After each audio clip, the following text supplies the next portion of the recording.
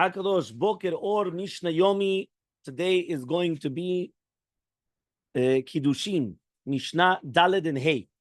The previous Mishnah Yod, we're talking about how do we make acquisitions. So we spoke about a woman, we spoke about a Yevama. The next Mishnah spoke about an Eved Ivri, Amay Ivriya, and an Nirtza. And the third Mishnah spoke about Eved Kenani. Now we're going to continue. How do you acquire animals? So Be'ema Gasa Nikneh B'Mesira, a big animal, Be'ema Gasa.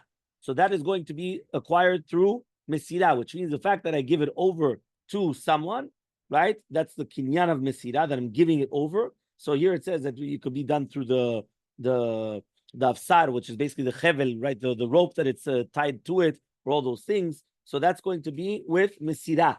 The daka, which is be'ema daka, which is the small animals, bagba, you have to pick it up. These are the words of Rabbi Meir.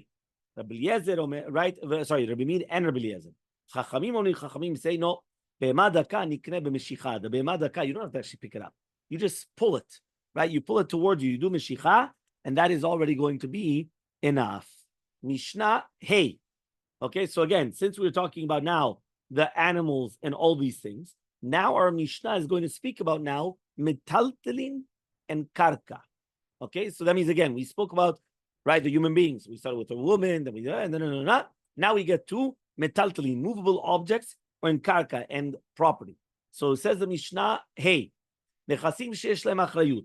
When you have properties that they have achrayut, what do you mean achrayut? Meaning, for example, a piece of land or a house, chatzer, sadeh, karka, anything, that's a kavanah that it's got achrayut. It's called like a response. Why? Because it doesn't disappear. So there's something there. So niknin bekesef v'shtar v'chazaka. So these are going to be acquired. It's the same thing. Kesef, shtar, chazaka. You pay to buy a house, you give a document or a chazaka. V'she'en lahem achrayut. If it does not have any achrayut, so for example, metaltelin, movable object. Why? Because you disappear one day to another. And niknin b'meshicha. So that's only with meshicha. You come and you pull it towards you. That's called meshicha. Nechasim she'en lahem achrayut. Right, when you have a property which does not have achrayut, it's going to be acquired with properties that does have achrayut, which means that when I'm going to come and I'm going to acquire, right, with one of these three things, I acquire the metaltalin. So, for example, I bought a house. The house is a nechasim that it does have achrayut. Inside the house, it was a couch. A couch is something which is movable, so it's something which is not achrayut. But when I buy the house and I acquire the house, automatically I'm going to acquire the couch, which is going to be inside of the house. One second. So, and we're going to tie properties which do not have achrayut, which is metaltalin, to the properties which do have achrayut, lishava alehen, to swear. Because remember that you do not swear. That's what he says over here, right? So he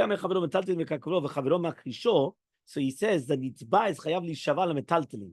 So he says, so once he's going to be chayav metaltalin, he's going to be lishava agam ken ala karka. That means basically, even though there's a general rule, you do not swear on karka, you do not swear on property, but if I could make you swear on the metaltalin, which that I do make you swear, so then automatically you could swear also on the karka, because that's what the kavanah is, that I'm going to tie it together. I'm going to tie it together, a kavanah is that I'm going to bring it derech agav. You remember we said the concept, right? That basically, by the way, you're going to be gilgul shivua, that now all of a sudden you're going to come, and you're going to be obligated to come and to make the shivua as well. Have a wonderful day, everyone.